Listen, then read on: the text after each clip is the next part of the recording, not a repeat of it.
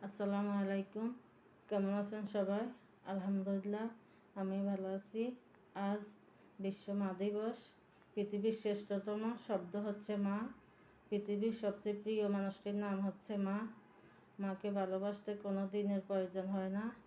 365 দিন 24 ঘন্টা প্রতি মিনিট প্রতি সেকেন্ডে মাকে ভালোবাসা যায়।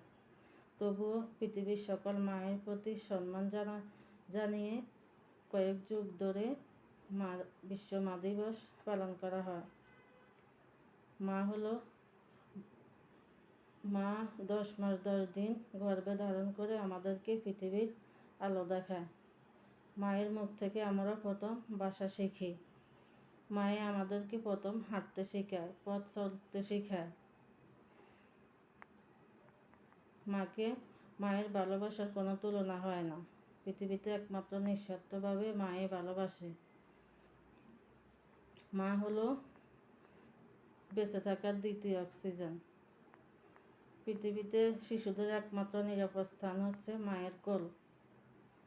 মায়ের স্থান মা ছাড়া কেউ পূর্ণ করতে পারে না। মায়ের সাথে কারো তুলনা হয় না। তাই মাকে ভালোবাসতে হবে। ভালোবাসি তোমাকে মা। ভালো থাকুক পৃথিবীর সকল মা।